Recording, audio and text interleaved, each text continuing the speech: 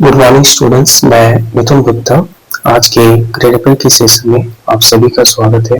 आज हम 26 मई 2024 के सभी महत्वपूर्ण उसके एमसीक्यूज और महत्वपूर्ण मूल्यों के साथ कवर करेंगे जो आपके आने वाले एग्जाम्स में Bihar SSC season 4, TRE pro और बिहार एसआई जैसे परीक्षा के लिए बेहद महत्वपूर्ण है। तो बिना देरी की चलिए शुरू करते हैं आज के सवाल से। तो पहला सवाल है, हाल ही में किस राज्य में उभरती प्रौद्योगिकियों और शासन में कृत्रिम बुद्धिमत्ता की भूमिका पर चर्चा करने के लिए एआई समिट 2026 का आयोजन किया गया है? इसका आंसर हो जाएगा बिहार। आप ध्यान रखेंगे, अब चूंकि ये पहली बार आर्टिफिशियल इंटेलिजेंस को बढ़ावा देने के लिए बिहार एआई समिट 2026 का आयोजन किया गया और इनका जो मुख्य फोकस था गवर्नेंस, हेल्थ केयर, शिक्षा, फाइनेंस और कृषि के क्षेत्र में एआई तकनीकों का उपयोग को बढ़ाना और हिंदी, भोजपुरी और मैथिली जैसे स्थानीय भाषाओं में वर्नाक्यूलर एआई समाधान विकसित करने पर विशेष ध्यान दिया गया था। इसमें आप ध्यान रखेंगे। चलिए दूसरा कवर करते हैं। हाल ही में किस देश ने वर्ष 2030 तक चंद्रमा पर मानव उतारने के लक्ष्य के तहत अपने संजोग 23 मिशन को सफलतापूर्वक लॉन्च किया? तो इसका आंसर क्या होगा? तो इसका आंसर हो जाएगा चीन। आप ध्यान रखेंगे, अब चूंकि इसकी मिशन का नाम क्या हो गया संजोग 23 और ऑब्वियसली की लॉन्च किसने किया? चीन ने। और इनका जो लक्ष्य था कि 2030 तक चंद्रमा पर मानव उतारने की तैयारी है और रिकॉर्ड एक अंतरिक्ष यात्री पूरी 1 वर्ष तक इस देश में रहेगा। ये ऐसा उसका रिकॉर्ड बनाने का उद्देश्य है। आप ध्यान रखेंगे। हाल में किस फुटबॉल क्लब ने क्रिस्टल पैलेस को हराकर 10 वर्षों के लंबे इंतजार के बाद इंग्लिश प्रीमियर लीग का खिताब जीता है? तो इसका आंसर हो जाएगा आर्सेनल। 22 साल बाद यह खिताब जीते हैं। आर्सेनल ने कुल 85 अंकों के साथ सीजन का अंत किया और जो दूसरे स्थान पर मैनचेस्टर सिटी से 7 अंक आगे। आप ध्यान रखेंगे। और मैक्स डॉर्मन ने 16 साल और 144 दिन की उम्र में प्रीमियर लीग मैच की शुरुआत करने वाले इतिहास के सबसे युवा खिलाड़ी बने। ये भी याद रखेंगे, पुरुषों की 400 मीटर स्पर्धा में 45 सेकंड की बाधा को पार करने वाले पहले भारतीय धावक कौन बने? तो ये काफी महत्वपूर्ण न्यूज है, ये आपके एग्जाम में बिल्कुल कहीं ना कहीं बनेंगे। आप ध्यान रखेंगे। तो इसका आंसर हो जाएगा कुरिंदर वीर सिंह, जिन्होंने 400 मीटर स्पर्धा में 45 सेकंड की बाधा को पार करने वाले पहले भारतीय धावक बने। उन्होंने 100 मीटर 10.09 सेकंड में पूरी कर नया राष्ट्रीय रिकॉर्ड को बनाया है और उसके बाद विशाल टीके ने 44.98 सेकंड के साथ गोल्ड को जीता है। अब ये दोनों पॉइंट याद रखें। चलिए नेक्स्ट देखते हैं। सिडबी के 37वें स्थापना दिवस के अवसर पर ग्रामीण और शिल्पकार इकाइयों के आधुनिकीकरण के लिए कौन सा कार्यक्रम शुरू किया गया है, जिसका लक्ष्य 10,000 इकाइयों को लाभ पहुंचाना है? तो सिडबी के 37वें स्थापना दिवस पर कौन सा कार्यक्रम आयोजित किया गया? तो इसका आंसर हो जाएगा option B, more modernisation of rural enterprises. तो आप ध्यान रखेंगे। केंद्रीय वित्त मंत्री निर्मला सीतारमण ने मुंबई में सिडबी के 37वें स्थापना दिवस पर ये कई बड़े पलों की शुरुआत की है। अगर हम लोग सिडबी के बारे में अच्छा सुनेंगे तो इनकी स्थापना 2 अप्रैल 1990 में किया गया था और इनका जो मुख्यालय वो लखनऊ उत्तर प्रदेश में है और ये भारत में सूक्ष्म लघु और मध्यम उद्यमों को लोन देने और उनका नियमन करने वाली सबसे बड़ी संस्था है। आप याद रखेंगे। चलिए नेक्स्ट देखते हैं। हाल में बौद्ध गुरु चौथे दौड़ रिम्पोचे के पवित्र अवशेषों को सहेजने के लिए मुख्यमंत्री द्वारा पॉइंट रोड कांगजेन का उद्घाटन भारत के किस राज्य में किया? तो ये भी महत्वपूर्ण न्यूज है, आर्ट और कल्चर का है, तो ये आपके एग्जाम में बिल्कुल बनेंगे।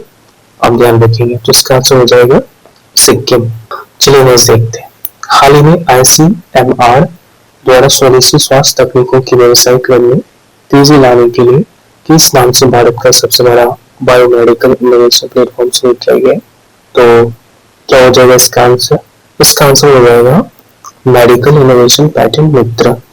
आप याद रखेंगे। अब चूंकि आईसीएमआर ने नई दिल्ली में medical innovation patent Mitra innovation to industry connect कार्यक्रम का आयोजन किया गया और इस मंच के तहत आईसीएमआर में स्वदेशी रूप से विकसित 41 जन स्वास्थ्य व्यवसायिक निर्माण के लिए 41 काफी ज्यादा है, के लिए प्राइवेट इंडस्ट्री पार्टनर्स ने सौंप दी है और ये चीजें ऐसा ध्यान रखें। चलिए नेक्स्ट देखते हैं। हाल ही में जापान के हिरोशिमा शहर में आयोजित IAU 24 आवर एशिया और ऑस्ट्रेलिया चैंपियनशिप में किस भारतीय खिलाड़ी ने 282.881 किलोमीटर की दूरी तय कर स्वर्ण पदक जीता है? तो क्या होगा इसका आंसर? आंसर हो जाएगा इसका अमर सिंह देवंदा। आप याद रखेंगे।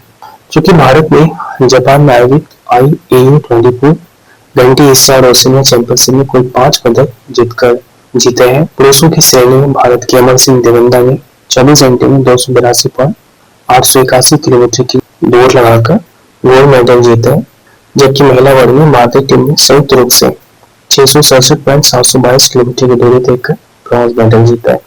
आप ये भी याद रखेंगे, ये भी इम्पोर्टेंट है और ये भी आपके किसी न किसी एग्जाम में बिल्कुल बनेगा, मुख्य रूप से BPSC 72 में और CGL 4 में। चलिए बस देखते हैं। दूरसंचार विभाग के हालिया फैसले के बाद किस टेक कंपनी ने भारत में उमादा EP770 के साथ अपने वाईफाई सेवा पोर्टफोलियो का स्थानीय विनिर्माण शुरू, तो किनके साथ शुरू किया? तो इसका आंसर हो जाएगा TP-Link इंडिया के साथ, जो कि वाईफाई सेवा की शुरुआत एक तरह से हम कह सकते हैं। Global networking brand TP-Link Bharat में अपने वाईफाई सेवा उत्पादों का स्थानीय विनिर्माण शुरू कर दिया है और चूंकि यह भारत में निर्मित होने वाला वाईफाई 7 डिवाइस उमादा EP770 जो इंटरप्राइज एक्सेस पॉइंट है, ये पहला ऐसा होगा। ये इसलिए संभव हुआ है क्योंकि जो DOT है उन्होंने 6 GHz बैंड लाइसेंस से मुक्त कर दिया गया, इसलिए ये संभव है, ध्यान रखेंगे। चलिए लास्ट कवर करते हैं। वर्ष 2026 के लिए केंद्र सरकार द्वारा कुल कितने पद्म पुरस्कारों की घोषणा की गई है? तो 2026 में कुल कितने पद्म पुरस्कार प्रदान किए जाएंगे? तो 131। आप ध्यान रखेंगे, जिनमें से मुख्य रूप से पद्म विभूषण 5 को दिया जाएगा, पद्म भूषण 13 को दिया जाएगा और पद्मश्री 113 को दिया जाएगा और इसमें पुरस्कार पाने वालों में 19 महिलाएं शामिल होंगी और 16 व्यक्तियों को मरणोपरांत दिया जाएगा, जो कि आज पद्म पुरस्कार के प्रथम चरण में 66 प्रतिष्ठित व्यक्तियों को यह सम्मान दिया गया है, उसको भी हम लोग कवर करेंगे। अच्छा, इन पुरस्कारों की शुरुआत कब हुई? तो इन पुरस्कारों की शुरुआत वर्ष 1954 में की गई है और इनकी जो घोषणा हर साल गणतंत्र दिवस के अवसर पर की जाती है, आप ये भी ध्यान रखेंगे। तो चलिए देखते हैं आज जो पुरस्कार प्रदान किया गया है प्रथम चरण में, उनको देखते हैं। वर्ष 2026 के पद्म पुरस्कारों की पहले दौर में निम्नलिखित में किसी मरणोपरांत देश के दूसरे सर्वोच्च नागरिक सम्मान पद्म विभूषण से सम्मानित किया गया? तो क्या हो जाएगा इसका आंसर? धर्मेंद्र सिंह देओल को, क्योंकि राष्ट्रपति द्रौपदी मुर्मू ने राष्ट्रपति भवन में पहले नागरिक अलंकरण समारोह के दौरान 66 प्रतिशत सदस्यों को पद्म पुरस्कार प्रदान किया गया है, जिनमें से कि 2 पद्म विभूषण दिए गए, 6 पद्म भूषण और 58 पद्मश्री सम्मान व्यक्तियों को प्रदान किया गया है। तो पद्म विभूषण देखते हैं। तो पद्म विभूषण धर्मेंद्र सिंह देओल और डॉक्टर A.N. राजन कला के क्षेत्र में जो भारत की महान वायलिन वादक है उन्हें दिया गया है, आप ध्यान रखिए। और धर्मेंद्र सिंह देओल को मरणोपरांत दिया गया और उसकी पत्नी को दिया गया, उनकी जो पत्नी है उन्होंने ये पुरस्कार रिसीव की थी, अब ये भी ध्यान रखेंगे। पद्म भूषण में कुछ महत्वपूर्ण व्यक्ति है, आप याद रखेंगे इसे। भगत सिंह कोश्यारी, इसे पब्लिक अफेयर्स में दिया गया है। उदय सुरेश कुमार कोटक, इसे व्यापार और उद्योग के क्षेत्र में दिया गया है। शताब्दी डॉक्टर R. गणेश, इसे भी कला के क्षेत्र में उत्कृष्ट योगदान के लिए दिया गया है। डॉक्टर कल्लीपति रामास्वामी पुरानी स्वामी चिकित्सा के क्षेत्र में उनकी उत्कृष्ट सेवाओं के लिए दिया गया है। पद्मश्री देखते हैं। पद्मश्री हरमनप्रीत को आपको पता ही होगा, भारतीय महिला क्रिकेट टीम की कप्तान है। टाइगर आम्बी कला के क्षेत्र में दिया गया। रोहित लाल मोहनलाल बोरी साहू साहित्य के क्षेत्र में दिया गया। स्वामी ब्रह्मदेव सामाजिक अध्यात्म के क्षेत्र में दिया गया और कुमार बोस कला और संगीत के क्षेत्र में इसे दिया गया। अब ध्यान रखेंगे। तो आज की जितनी महत्वपूर्ण क्लियर्स थे और जितने महत्वपूर्ण बिंदु थे और यही समाप्त होते हैं। उम्मीद है यह सेशन आपके प्रिपरेशन के लिए हेल्पफुल रहा होगा। अगर वीडियो अच्छा लगा हो तो वीडियो को लाइक शेयर और आप चैनल को सब्सक्राइब कर सकते हैं अपडेट जानने के लिए। तो मिलते हैं कल के सेशन में। धन्यवाद।